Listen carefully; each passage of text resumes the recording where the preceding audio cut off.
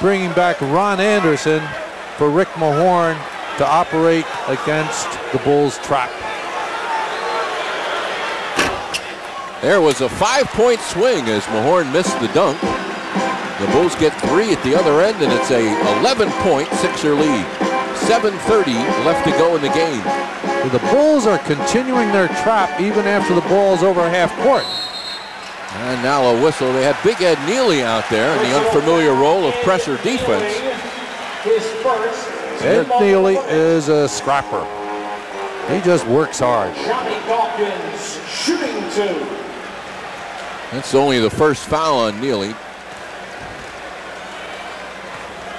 Biggest Sixer lead was 27. These free throws are important too because the Bulls will foul a lot in their efforts to double team, and the Sixers have to knock them down.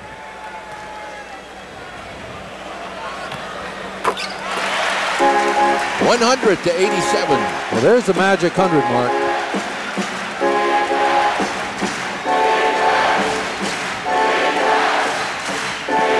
Craig Hodges trying to get open for a 3 again. Doesn't do it. Neely looks. But Neely can shoot it also. Fires. That was a 3-point shot attempt anyway by Neely.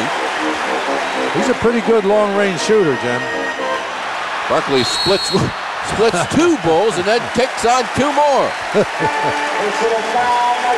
Well, he gave Jim Lynam some heart palpitations by trying to split that double team out front. But he got there and got the foul. And he'll be on the line when play resumes. The Bulls want to talk things over. With exactly 7 minutes to go, the Sixers 100, the Bulls 87.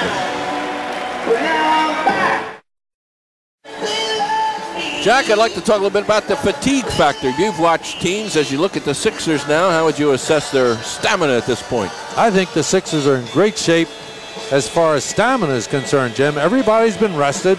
Jim Lynam has shuffled players in and out. Nobody has played extensive minutes.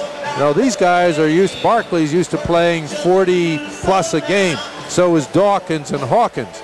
So you see the group. I think what Jim Lynam is concerned about is getting the players positioned so that they can attack the Bulls' trap properly. They really haven't done it since the Bulls applied the full and continued it into the half court. You've got to have somebody in that middle position. And once it gets there, you've got people going to the basket who should be open. Or if it goes to the wing, then the man in the middle can cut to the basket and get open. Now, Charles Barkley got a pass to Bob Thornton in just that situation, but Bob got fouled and didn't convert the free throws. So Sixers need to score.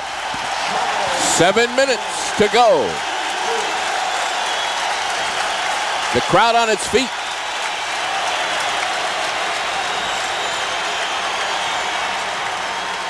And silence overtakes everyone as Charles nails his 28th point. Bulls will continue this gambling defense, Jim. They have nothing to lose. They're behind 14 right now. They'll try and set Hodges and Jordan up for 3-pointers, and B.J. Armstrong is quick enough to penetrate the ball to get those guys open.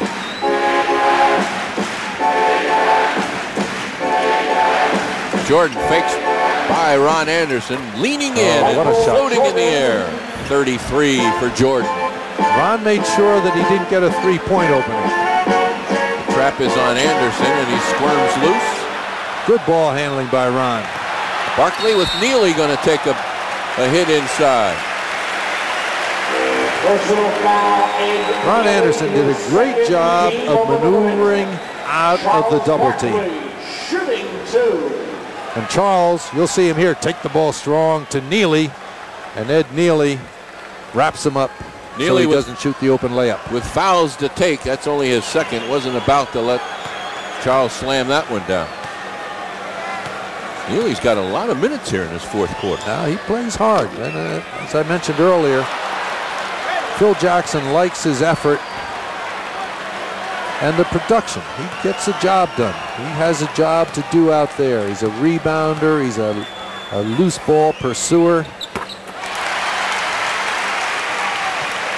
Didn't do much in the regular season point-wise. averaged just over 2 points a game during the regular season, but there goes another three, and blocked by Hawkins. Grabbed by Dawkins.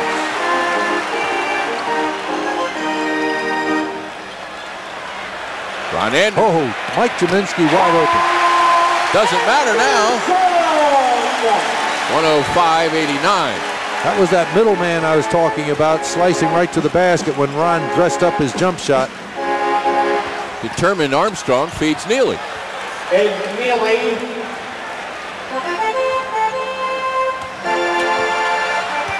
Ooh, very close to throwing that one away, and now the reach foul. Now that one is not going to be a breakaway, obviously. It occurred first of all in the backcourt.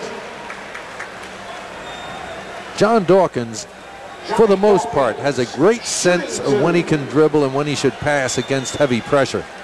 And he's quick enough to beat most teams when they're trying to trap him.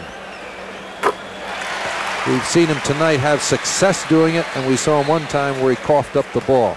But John usually uses good judgment in making his decision on that kind of play. 5:45 now left in the game. Mike Jaminski tried to avoid the foul, got caught in the air and came down and fouled Armstrong. If this series should go to game 6, and we certainly expect it to do just that, Jack and I will be back next Friday night for that game, right here on Prism. Sixers a little slow getting back in their transition defense, which matched B.J. Armstrong against Mike Jaminski, and that's not a good match. B.J. pumped Mike up in the air and then stepped under him to get the foul.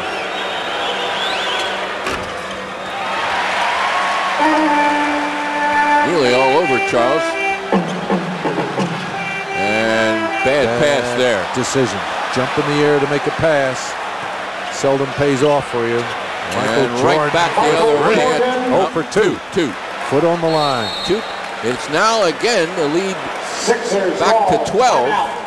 106-94, a turnover, the 20th of the game for the Sixers, and Jordan firing in his 35th points. We've got a timeout with 5:24 left to go. Well, the Bulls trying to claw themselves back in here, come up with some good defense, causing problems for Charles Barkley. I think Phil Jackson has to be pleased with what he's getting out of his trap. Here you see Charles getting double teamed and making the mistake of going into the air without having a direct receiver in mind. He throws the ball that's picked off by Craig Hodges, and Michael Jordan just has his right toe on that three-point line, or he would have had a three. Sixers need to take care of the ball. Jim Lynam, I'm sure, has stressed that at each timeout. He wants his players in position. Bulls are doing a good job of keeping the pressure on the player with the ball, as well as shutting off the near outlet pass receivers. Now they're dropping back into a half-court trap. There it is. Johnny Dawkins in the middle, and there's a grabbing foul by Hodges. That's only his first foul. They've got Hodges and Armstrong and Jordan, three very quick players, to harass the ball. And then they've got Neely and King in the backcourt.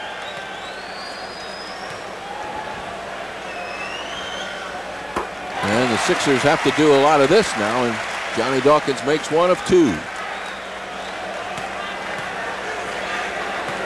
5:16 to go.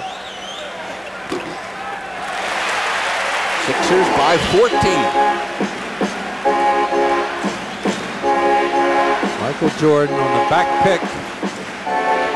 Squirms now loose to get the ball. He'll fire from three. Dawkins had 3-on-3 and then wisely backs it up. Here's a steal. You could see it coming. Michael J. Johnny Dawkins nearly forgot to take the ball inbounds. Hugh Hollins calls a timeout